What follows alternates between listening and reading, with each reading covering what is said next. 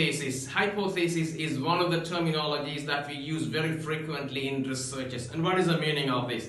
In plain language, we can call these assumptions. Hypothesis means you assume something to be. You believe something to be the answer for a question. That is hypothesis.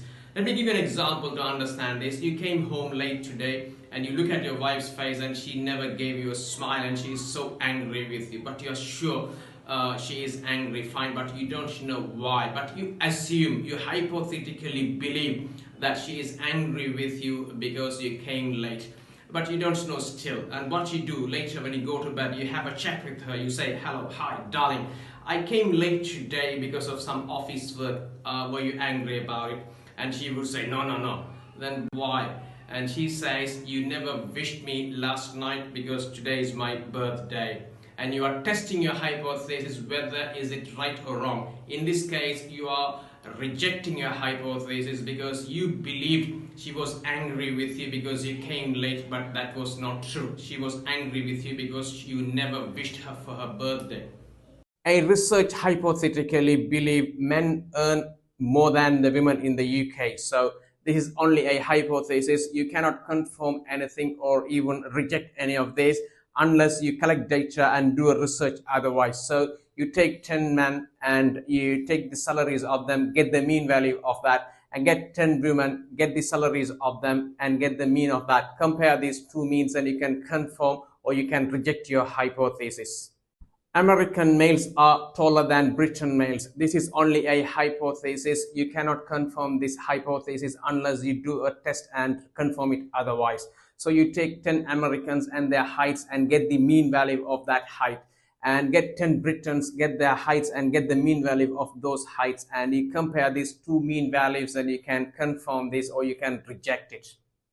Now let's have a close look at hypothesis and how it works in a research. Let me call my friend, the obese friend, Mr. John here to this case. Now in his case, doctor did a test and found out his blood sugar is 250, so diabetic.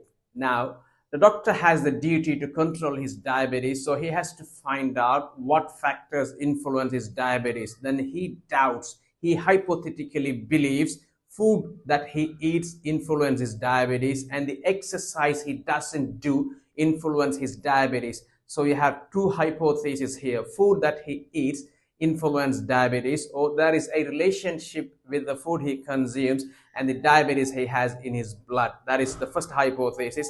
The second hypothesis is the exercise he doesn't do and it has a relationship to his blood sugar, to his diabetes. So exercise influence diabetes. These are two hypotheses he has, and the doctor has to do a test and confirm this. Let's have a quick look at what we have said so far. Look at this conceptual framework. In this conceptual framework, diabetes is the problem, and doctors have to treat this patient for this diabetes. Now, doctors believe food influence diabetes or exercise influence diabetes, or both of them. So there are two hypotheses, in fact. Food influence diabetes, exercise influence diabetes. Now they have to collect data and they have to do a test, analyze and find out if there is a relationship, if there is a influence from food or exercise or both of them.